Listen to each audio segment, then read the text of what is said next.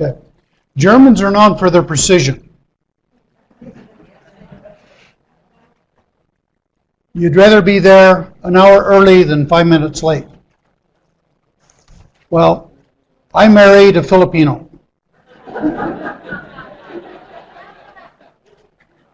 They have a different clock. And the story is told about the Spanish ambassador and the Filipino ambassador were sitting next to each other at a dinner. They got talking about the Spanish tradition. You know, Philippines was under Spain for 300 years. And they got talking about different traditions, and the Spanish ambassador asked the Filipino ambassador, you know about mañana. Says there's just absolutely nothing that's so important that you can't put it off until tomorrow. He says, is there such a word like that in Tagalog? He thought, and he says, no. He says, there's no Tagalog word that would express that sense of urgency.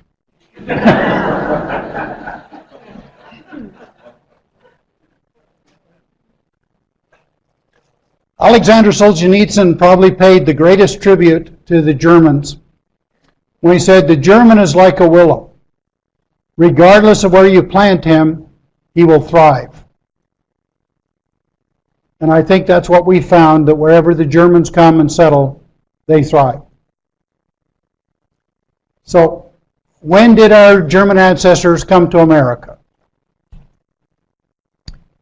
1683 was the very first emigration from Germany to Philadelphia.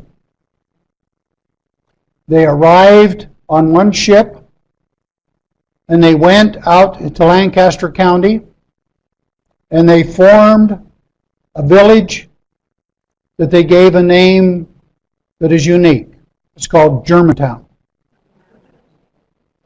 Okay, from that point on, they came out of the Palatinate, following, remember, the 30 Years' War, all the wars with France and everything. And so these were the first people that had a chance to escape.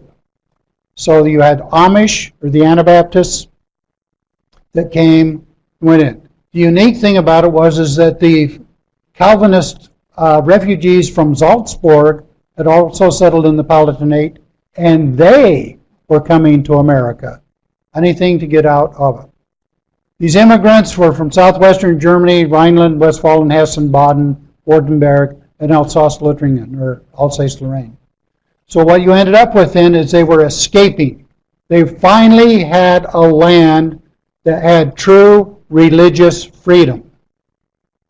The United States of America is the only country on the face of the earth that has never had a state religion.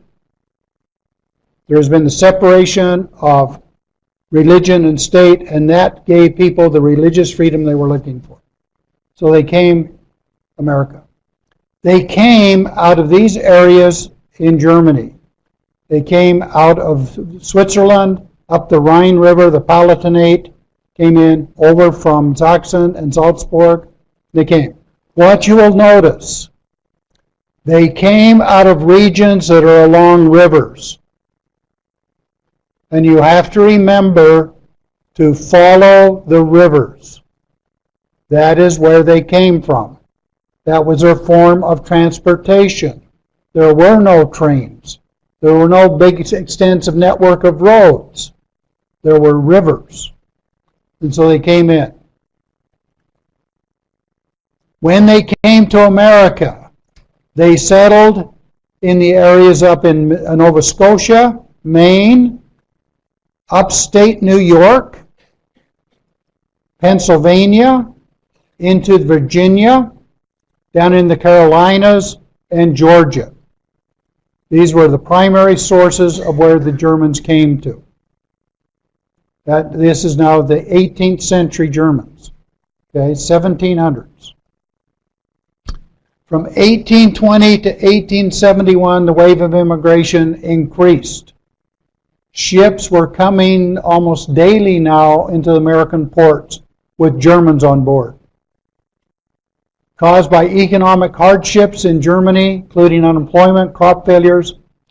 In the early 1800s, they had the two most severe winters in history, and it killed the vineyards and the orchards. Do you know how long it takes to regrow an orchard or a vineyard? They had no way of getting their livelihood.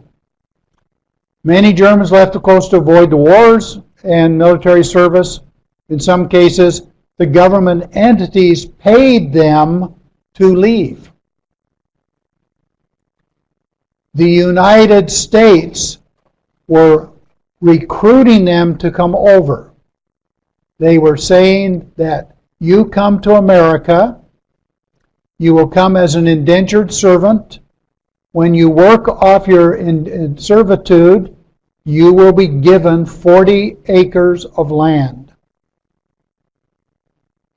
Can you imagine a guy that has been working for a nobility all of his life at a subsistence living, and someone's offering him land if he just works 4 more years?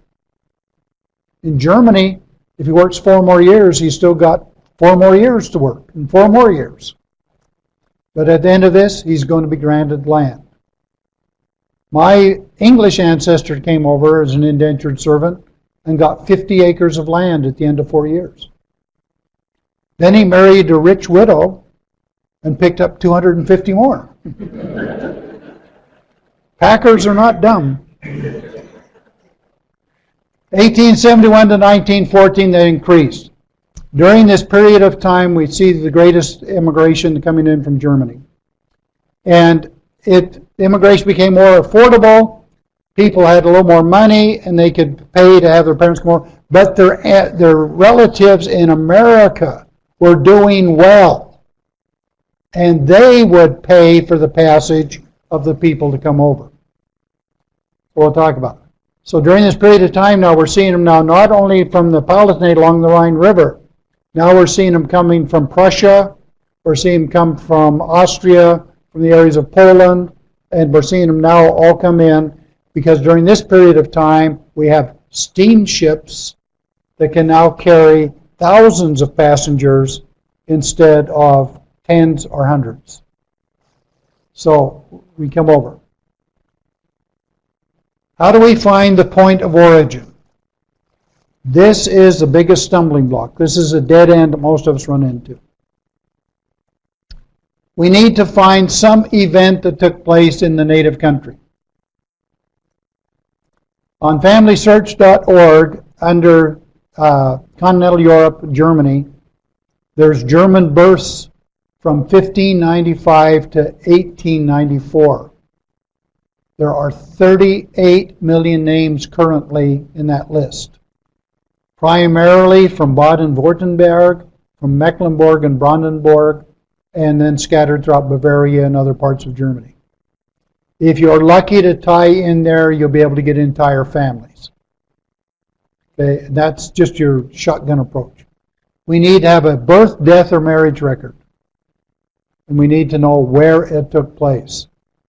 Okay, village, town, city, and county. I received a letter from a cousin I had met through my German genealogy tours in Germany. And someone from Canada, Manitoba, had sent him a letter because he had the same name as the people that the people were looking for. And he sends it to me. He said, "You're the genealogist. You find it for him." So I communicated with him. I said, "Do you have any idea of where they might have lived?" He said, "Well, Grandpa always had a picture of this town in Germany called Tauka. But we don't know if that's where he came from." I said, "You're in luck. I'm going to be in Tauka in 3 weeks. I'll find out." Believe it or not, he's from the same family I am. My grandmother, German grandmother, was a Goldhart, and his grandfather was a Goldhart. And they come from the same town, same village. I go to the church. I have to tell you the story. I asked my cousin's husband if he could take me over to the church. He says, "You can't go over there without an appointment." I said, "Yes, you can." He said, "No, you can't." I said, "Let's try it." So we go over, and just as we get there, we knock on the door of the parish house, two women are coming out. This one woman says, "Can I help you?" And I introduced myself. I said, "My name is Steve Packer. I'm from America." I says, "I believe that my great-grandfather was born here, and I would like to see the church records." And she looked at the woman she was with, and she said, "You know how to do it, don't you?" She was going over to the church to play the organ or something. She said, "Oh, yeah, I've done it before." She said, "Okay, come in with me, Mr. Packer." And she sat down, and she said, "What records are you looking for?" And she goes out and pulls out this big, thick book. And flip it open. It's what in German is called a Familienbuch, a family book. It listed 3 complete generations of Goldharts, all of their kids, their wives, date of birth, date of marriage, and date of death for everyone. 3 complete generations. And found out that the guy in Canada was a second cousin of my great-grandfather. So I was able to go back and send him pedigree charts and family group sheets and everything else, because he had a picture with the name of a town. Relatives in the States, parents, aunts, uncles, siblings, friends. Germans congregated. One would come over, then he would bring his siblings over. Then he'd bring his uncles or nephews, and they'd all come, and they'd all settle in the same area. So if you don't know where your German ancestor came from, but you know where one of the relatives came from, you've got high odds they came from the same place. So it's another way of looking at it. Keepsakes. A picture with a town. How many of you have seen beer mugs with towns on them? How many of you have seen family portraits and it's got the name of a studio at the bottom? On my pictures, I didn't know when it was taken. When I looked closer at it, the date was embossed on the frame. 1896. So keepsakes, traditions, heirlooms, letters, photographs. Germans are wonderful. They write on the back of photographs. I know, because they keep bringing them into the Family History Center and want me to read it. Okay, diaries and journals. Okay, so you do it. And we found a tombstone that someone has, and it had place of birth on the tombstone. So you just never know where it's going to come up. Religion. Rule of thumb. If they're from northern Germany, they were Protestant. If they're from southern Germany, they were Catholic. If they were from Austria, they were Catholic. If they were from Poland, they were Catholic. Today, they're mixed. You'll find congregations of both Lutherans and Catholics in virtually all German states today. But during the Holy Roman Empire, after the Peace of Augsburg, they were isolated and they were separate. So through the 17 and 1800s, you can pretty well have this rule of thumb. Ethnicity. Remember, they tend to settle in the same places.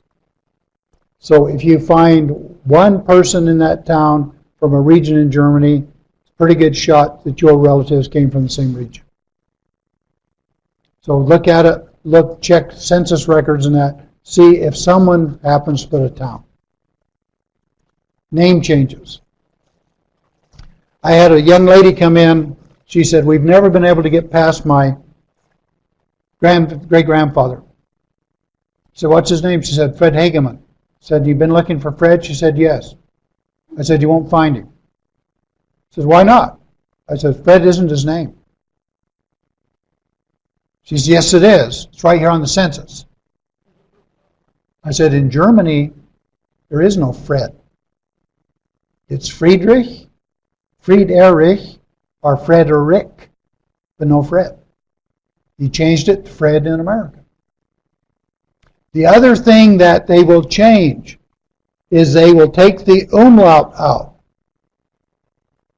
So the word would be Schaefer, and it would be spelled S-C-H, umlaut A, F-F-E-R.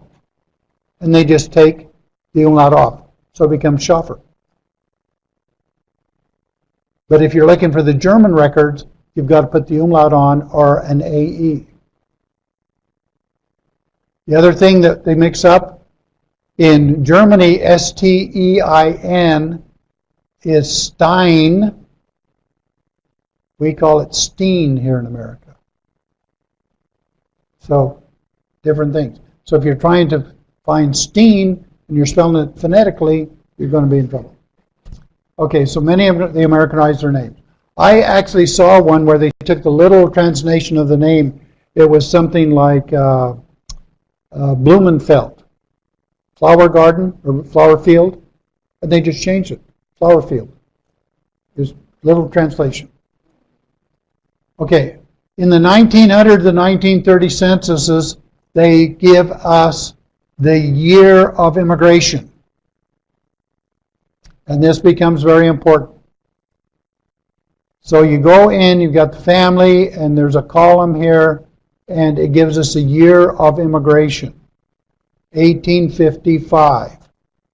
May I give you a word of caution? Sometimes memories aren't exact. So if you're looking, go at least 3 years before that date and 3 years after. So it gives you an idea. Next to it, you're going to find an N, a P, or an A. The N means they are naturalized citizens, which means there's naturalization papers available. Many times prior to 1906, it gives you the city of birth. After 1906, it will always be there. Now remember, not everyone became naturalized citizens. It was not a requirement. Basically, in today's language, if you got your green card, you never have to become a citizen. Okay, you can just live off your green card the rest of your life. Okay, if they did get it, citizenship certificates most give only the country. Okay, place where it was issued, court of record. Prior to 1906, records are found at the county courthouse. So you figure the county they lived in and check the county courthouse, they should have the immigration papers there. After 1906, the records are kept at the National Archives, and you can go to archives.gov. Be sure you put the S, archives.gov. Look under immigration, and you have a chance there to order the immigration papers. So that's how you can get that information. The Declaration of Intent is called the first papers, and that usually is 2 years prior to citizenship. You renounce allegiance to a foreign government. Sometimes it is just a paper, and that's all it says. I, Helmut Schmidt, do hereby declare my allegiance to the United States of America and renounce any allegiance to the King of Prussia. That's all it'll tell you. Okay? Final papers usually require 5 years of residency. So if they immigrated in 1851, they could not get naturalization until 1856. So that's your guideline, at least 5 years. Prior to 1906, country of birth, date of application after, name, age, occupation, description of date, birthplace, portal of embarkation, arrival, marital status, and children. So if they came and got citizenship after 1906, you have a treasure trove. Prior to that, you have a crapshoot. I've seen it where it's more detailed than you'd ever want. Gives you a place of birth, what time they were born, what village it was in, and everything else. And others give you virtually nothing. So here's Friedrich Solar of Brighton, New York. He says he's in the New York, Monroe County. He was born in Sinsheim, the state of Baden-Württemberg. 41 years old. He arrived on 4th of July, 1834. And today's date is 16th of August, 1837. This is his application to become a citizen. So bingo. That's got everything. Okay? And I've seen it with nothing. Today, what you end up with I'll have to tell you the story that goes with this. A friend of mine, George Weitzner, is a retired surgeon. He comes from a Hungarian Jewish family. And he was telling us he'd gone to Hungary and had visited the village where both his father and mother had lived, and how wonderful it was and everything, that he'd actually seen it. And he said, I've got to go back to Ellis Island. He said, I haven't seen my father's naturalization papers. He says, it shouldn't be hard. How many ways can you spell Weitzner? Well, Ellis Island gives 39 possibilities to start with. Okay, in this one, though, what we have, you have Andrew Weitzner. He's a hairdresser in Bronx, New York. And it says here, he was born in this little town that no one can pronounce, Romania. He wasn't born in Hungary. George had not seen his father's village. And prior to coming to America, he lived in Jabal, Romania. And it tells when he came, and he came under the name of Andre Weitzer. And they changed the name to Andrew Weitzner when he came to America. So that's the information you get. You've got place of birth, and it even lists the kids here on the deal, George and his sister, Doris, that were born there.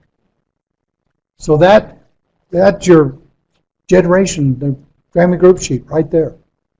So if it's after 1906, you're in luck. Local church records. We were looking for someone we could not find where they come from Germany.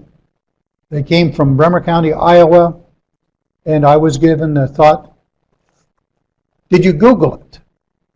I said, Google what? It says Bremer County. Maybe they've got German obituaries. So I did. And I came up with a site called Karen's Gen, and it says Waverly Phoenix, which is a newspaper, German obituaries. And I go in and find the guy I'm looking for, and it gives his town of birth. And in the documents, it gives his parents' name, and for his wife, the same information. And this was from a website I found through Google. Never discount it. Immigration is coming into a country. Emigration is leaving a country. Germans, the great record keepers, you are supposed to have permission to leave the country. Now I say supposed to because if you were scheduled to report to the military on Friday and had enough money to catch the boat for America by Thursday, you were gone and didn't have permission. The shipping companies did not require this immigration document. So about 50% or 60%, the immigration document is valid and it's there. Baden-Württemberg is probably the best. And there's a book over at the library about just Württemberg alone that's about 2.5 inches thick. Okay, now, was it Germany, Prussia, Baden? What was it? This is the extent of the Prussian Empire by 1871. It goes all the way to Russia, here, Russia and Poland. Poland lost their country for about 500 years. Okay, and it goes all the way over to the French border, Belgium, Netherlands, and France, over in here. Here's Alsace-Lothringen. This area changed hands about every 20 years. As you go in Baden-Württemberg, this is the Pfalz or Palatinate, Hessen-Nassau, Rhineland, which used to be called Rhineland-Pfalz or the Palatinate, in here. So you go in and we've got that. Now here's modern Germany. Alsace-Lothringen is gone. All of the eastern lands are gone. When Hitler came to power, when he said he wanted to get the Russian lands back, the German lands, that's what he was talking about. What was the old Prussian Empire. Okay, so they're cut down now. There are 18 states within Germany, states and city-states. And so this is modern Germany, and this was what it used to be. Idea of size, it's about 10% larger than Arizona, and 83 million people. Here's a good map. We actually have this over in the center. The beautiful thing about this map, if you go in, here's Hessendorf, where that guy came from. Notice this little symbol here, the church symbol?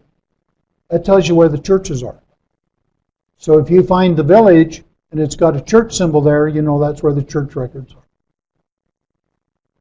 That gives you an idea. Okay, Germans to America by Philby. There are 67 volumes. Covers the area from 1850, actually 1840 now, up to 1895. It's a good search. So we've got 7 new ones, so it's a total of 74 volumes for there.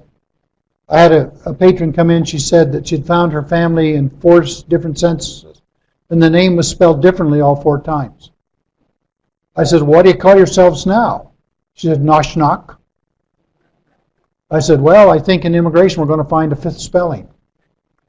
And so she went over to Philby's, and I told her the rule, start 3 years before, 3 years after. Goes in about 45 minutes later, I hear this call, I found them! I found them! So I went over, and she had found the family based on the names of the husband and wife and children. And I said, and she says, we have a 5th spelling.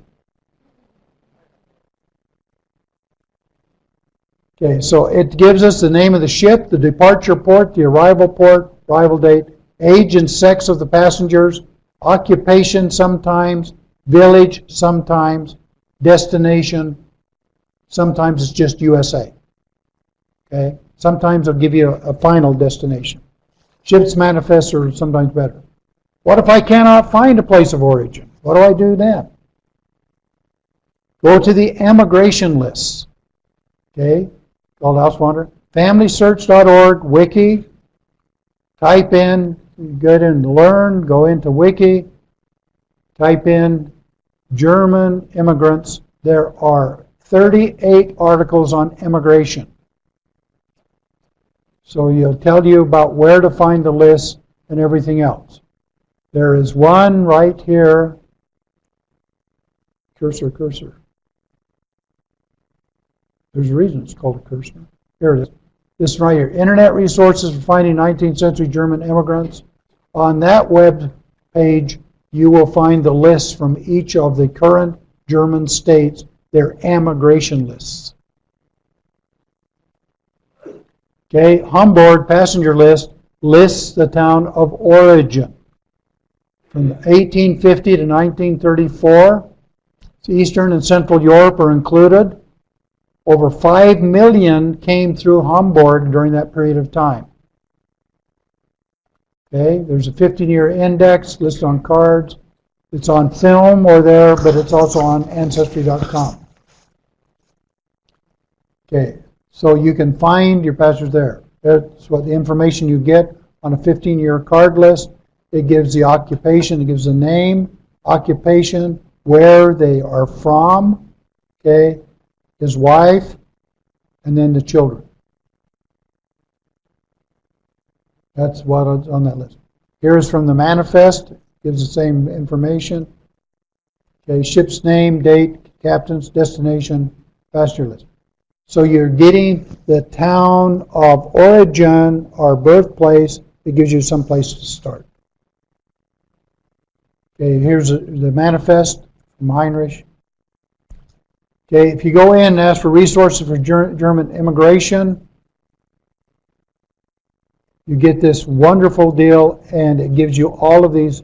These are all hyperlinks. You click them, it takes you to the database. Go in. I wanted the one from, okay, I'll show you later. Various lists of German immigrants are found at rootsingermany.de.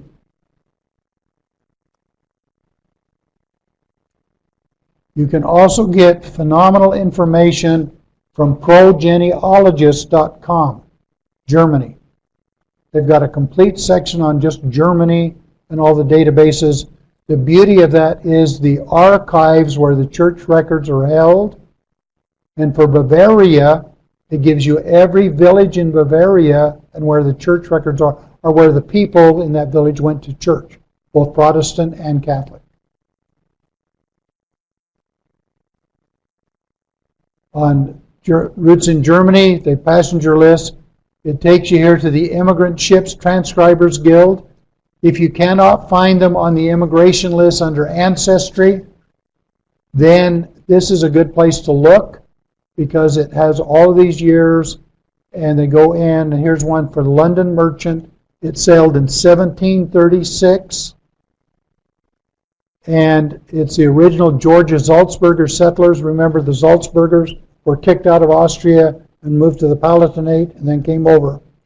And here on these lists, for a lot of the passengers, it gives the born and death and where they lived. So it gives you an idea of where to look, your research. So it's one of the places we can go look. I like to tell you this. I said we're looking for needles in haystacks, but it's nice to narrow it down to the right haystack. Okay, Pro-Genealogist, the German research, gazetteers, history, maps, everything. A great resource. Pro-Genealogist, go to the German page. There's your research articles and everything else that goes through. And the anatomy of the German Empire, 1603, it tells you everything about it, plus the Palatinate. Now, indentured servants. A European immigrant generally in the 18th and 19th centuries gained passage to America by selling themselves as indentured servants. We needed people in America.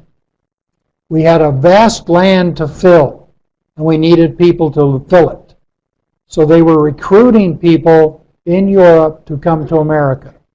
And the Germans was the ripest field they had. They got more from Germany than any other country. Okay, in the 18th century, 1700s, 50% of all German-speaking people came to America as indentured servants. 50%. Ship owners saw this trend and decided they could make a business out of it. So the ship owners would say, I will give you free passage to America. When you arrive at the harbor, someone is going to buy your ticket and you have to work it off with them. You can negotiate how long you work to pay off the fare.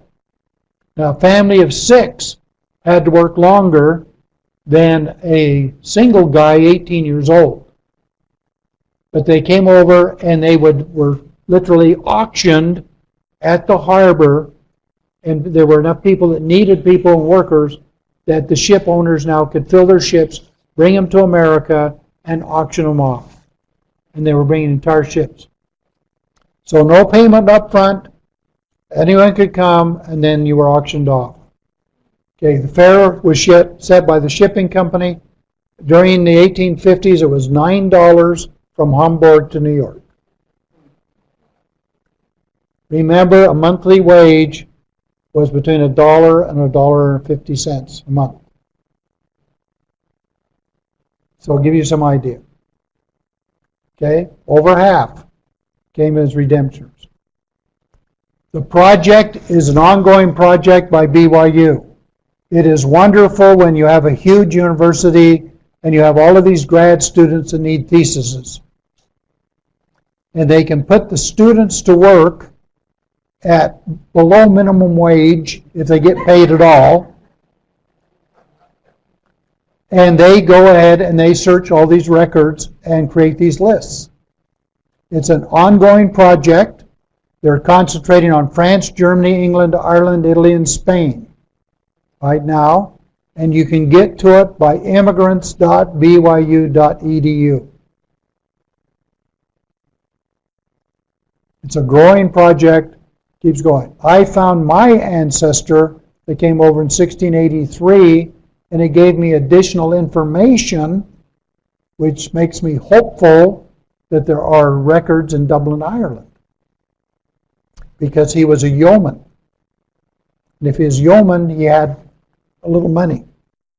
We know his father, his father had an estate, a huge estate. Unfortunately, my ancestor is an illegitimate child, no inheritance rights. So that's why he came to America. Okay. FamilySearch.org. It has got to be one of the best sites for us to get going. You go into the catalog, down to continental Europe. In continental Europe, we go to Germany. And in Germany now, there are about 39 databases. 2.5 years ago, there were 6. They're constantly coming on. Now, let me tell you about some characteristics. If it just shows a number here, it means it's indexed. You can put in the name and the computer will do the search for you. If it says browse images, it means the record has been digitized but has not yet been indexed. So you can go down and you search that one like you do a microfilm. And I had it described as like Price is Right. You go in and there are 1,500 records. The year you're looking for sits about in the middle of the database. So he said 1,500, okay, I'll go 750. You go 750, and if you're not quite the year you need, then you go up, go to 800. And if you're over the year you need, then you cut it back, you go 775. And all you have to do is type in the number, hit enter, and it will take you to that page. So it gives you an ID that's a lot easier than cranking the microfilm and getting it going. Okay, there's some records there that are complete there, and so you don't want to discount them. So this is a growing database, and virtually every month there's more being added to it. So don't give it up. There are some marvelous indexers in Germany that are doing great records. Earliest records are church records. They begin in the 1500s. These will be in Latin. 1650 is the beginning of most records after the 30 Years' War. And the reason for that is consolidation of the kingdoms. They want to know what's going on. Vital records did not begin till around the 1800s. That's when the government started keeping the records. Just because the government started keeping records doesn't mean the churches stopped. The churches still kept their records. So if you can't find it in the government archive, you can go to the church archive. So you have two sources. Okay, the official state records are in what is called the Standesamt, which is vital records. You can type in the name of any village or town in Germany and just put the word Standesamt after it, and it will take you to their website. And then they will tell you what records they have and if they have anything online. Yes, it is in German. Get familiar with Google Translate. It will translate the web page for you so that you can see it in English. Okay? During the Prussian Empire, they made the soldiers go to military churches. So if you know your ancestor was in the military in a certain region, you can check the military church records because they would be there. Now remember that a lot of the soldiers during that period of time took their families with them. Okay? Went in. Census records. Typically, Germany does not have a census. Everyone has to be registered. When you moved into a village, you have to register with the village. When you move out, you have to have a paper from them saying you are a citizen in good standing in this village and you're leaving, and you have to give that to your new village before they will accept you. Even today, when I lived there, I had to go in and get permission to live in the city where I lived. And when I left, I had to go in and tell them I was leaving so that they could write on my permission that I was leaving. Okay, even today. Civil registration began about 1784 in this portion of the Prussian Empire. They came in, the latest one began about 1792, or the earliest, in the Pfalz area, or the Palatinate, in this area here. And you can notice then that the part that's now Germany was quicker than the areas here. These were at lesser populations. But I've been surprised. There's a little town where my ancestors came from. It's called Tolks. It's a village of 498 people, but is surrounded by huge farms. And so everybody that lived on these farms, when there were any children born or any marriage or anything, they went to this little village, and that's where the record was kept. I was able to extract 29 names from that village of 498 people. So you just don't know what is going to be there. All of the church records from this area, that was Prussia, were transferred to the archives in Berlin. So even though the Russians took over in that, all of the church records were transferred to Berlin. So the church records are intact. They were stored in a salt mine, so even though Berlin was leveled, the records were intact. Okay, when we go in, go to your catalog. I searched for German church records. I was disappointed. I only got 26,768.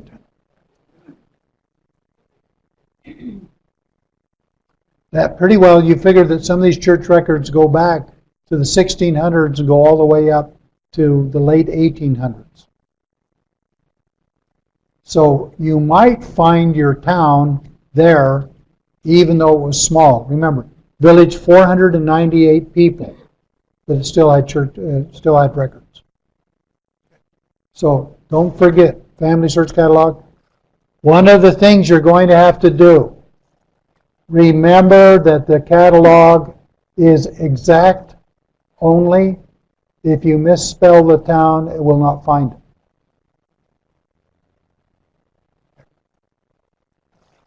Okay, I go in and I go Prussia, Preußen, Ostpreußen, Bartenstein. Bartenstein's a little bit bigger than Tolks. Bartenstein had 4,000 people. And I go in there, I search for it, and it comes up, and lo and behold, there are 8 church records there.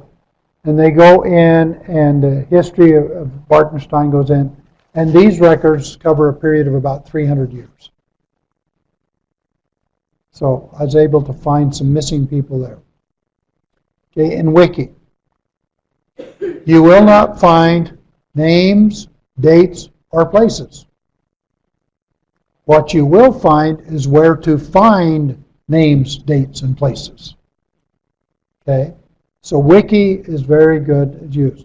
So I go in Guide to German Research. I get 144 guides for doing German research. So you've got to be more specific. You want to do German research Baden, German research Mecklenburg. Okay, narrow it down. Okay, I did 19th century German immigrants, and I get 53 research guides. So again, be more specific when you go in. There's plenty of information there. Okay, go in this 19th century research. I go into the Hanover. I go in, and you'll notice here that there are now 11 million records in this database. There were 6,700 3 years ago. This is for the Kingdom of Hanover. I put in the name Quindle, and it comes back, and it gives me the one live. I go in, and here's a guy. I'm looking for Christian Quindle, and it gives me the date he went to America. It also tells me the town he left from. So don't discount these sources. Materials that are available through Wiki. Research outlines for Germany. German genealogy word lists. Your Latin word list. Research outlines tracing your immigrant origins. Resource guides like the Hamburg passenger lists. Good German maps. Critical. Be able to find it. I'm going to show you another site, a gazetteer. Handwriting guides. Okay, now some interesting fun sites. Root Digger. If you have ancestry from Schleswig-Holstein, Root Digger is a marvelous source for you. You go in, it's rootdigger.de. When you get to the home page, you come down here to immigrants. And there's a guide there who is going through all of the official records, and he's compiling records of everybody that left Schleswig-Holstein. I had a patron, she was looking for the family Voss, V-O-S-S. We go in, we find him on the list, and lo and behold, it said he is accused of leaving the country without a permit to avoid military conscription. And guess what? That jives with the family history. Grandpa left so he didn't have to go in the military. This site is called Kartenmeister. Kartenmeister will take all of the German cities that existed in the Prussian Empire, that existed in 1905. You can put in the German name, and it will come back, and it will give you where it's at today. If it's in Poland, it'll give you the Polish name. If it's in Ukraine, it'll give you the Ukrainian name. And it will give you information like population, things like that. So I put in my Tolks. Okay, I know it was East Prussia. And it comes back and it tells me in Poland what the names are. Give me my cursor, come on. There's you. Okay, it goes in and it gives me the Polish name. And here it gives me the Google Maps. I can click it and it will go ahead and it takes me to the site the way it is today. And then you can do the satellite version and you can see whether it's farmland, if it's a big city, small village, whatever it was. So I get that as a good source. So if you've got a German name, but you know it's in Poland today, then you can put it on this and it will tell you where it is and what the name is. G-O-V, a genealogical Ortsverzeichnis, a genealogical village finder at .genealogy.net. If you type that in, gov.genealogy.net, it goes in and it gives you, put in the name of the town. Bartenstein, we know that it's in Poland today. Actually, it's in Ukraine today. And you put that in, and it comes back, and you pick out which one it is. If there are multiple ones, this is a problem you might have. For example, if you have someone that came from the town of Schönberg, which means beautiful mountain, but you don't know what part of Germany they came from, you will end up with like 150 of them. So it's not going to help you. You've got to know the region they came from too. So what you end up with, I knew where this one came from. It goes in, it gives me the information from it, but the beautiful thing is it gives me all of the satellite villages that belong to it, and the people went to church in Bartenstein, but they actually lived in these villages. And I was finding records from Knopphausen and things like this, and I'm going, why is this, why is it? Then I found out here that all of these little villages belong to the parish in Bartenstein. So gov.genealogy. Now here's a fun one, Verwandt. Verwandt means related. What you do is you put in a name, and then it gives you a map of the dispersion of the name in Germany based on the number of telephone connections they have with that name. So it gives you that. I've gone to the German telephone book, put in the village the people came from, and we found and the name, and we found people with the same name living in the same villages. And people have sent them letters, and they came back and one of them said, I don't know anything about my ancestors. The person you need to talk to is my Aunt Hilda. She knows about it. And gives them then the address and telephone number of Aunt Hilda. And they've been able to get information that way. Okay, Friedrich, which is my mother's maiden name, you go in. So I put in a name Steinbruck, and you can see now there are fewer Steinbrucks. There's only an estimated 2,000 Steinbrucks in Germany today. We've actually put in one name that we found out there was no one of that name still living in Germany. So that you can just play with it. Is your name common in Germany? How common is it? And do it. Verwandt.de. Okay, FEE, FHS, Federation of Eastern European Family History Societies. It's feefhs.org. They are an equivalent to US GenWeb, and they have got set up all of these countries. They have got information from them. I picked Germany, and it goes in Genealogical Handbook, Word List, GenWeb, Research Outlines, Handwriting Guides, Homburg List, Old Lutheran Immigration List. So there's a lot of information on that site. So it's another help you can get in doing your German research, trying to narrow down from where your ancestors came from. feefhs.org. Odessa 3. If you have Germans from Russia, Odessa 3 is your website. You go down to collections, it's odessa3.org. You go in and you can search it, and you've got a document index, and it has complete family history and lists of families from the Bessarabian area. And it goes here, birth, death, and marriage records.